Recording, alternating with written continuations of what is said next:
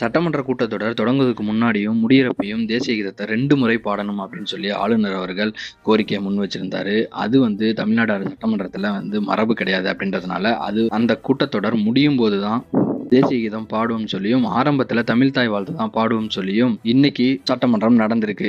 So இதை எதிர்த்து ஆளுநர் ரவி அவர்கள் அவருடைய ஆளுநர் உரையை முழுசா படிக்காமையே அங்கிருந்து கிளம்பி இருக்காருங்க. விவாதங்களும் போராட்டங்களும் போய்கிட்டு இருந்த நிலைமையில இந்த மாதிரி ஒரு சம்பவம் நடந்திருக்கிறது அரசியல் வட்டாரத்துல பரபரப்பை ஏற்படுத்தியிருக்குன்னே சொல்லலாம். அது மட்டும் இல்லாம சாவர்கர் கோட்சே வழியில வந்தவங்களுக்கு தமிழ்நாடு சட்டமன்றம் ஒன்றும் சலிச்சது இல்லை.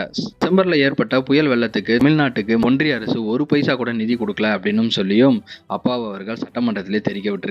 ஆளுநரோட மீதி உரையை நானே படிச்சுக்கிறேன் அப்படின்னு சொல்லியும் அந்த உரையை பேசி கம்ப்ளீட்டும் பண்ணியிருக்காரு. அது மட்டும் இல்லாம ஆளுநர் உரை சொந்த கருத்துக்களிடம் இருந்ததுனால அந்த உரையை அவை குறிப்பிலிருந்து நீக்கிறேன் அப்படின்னு சொல்லியும் நேரடியான முடிவு எடுத்திருக்காரு அப்பாவு அவர்கள். சவார்கர் வழியில் வந்தவர்களுக்கும் கோட்சே வழியில் வந்தவர்களுக்கும்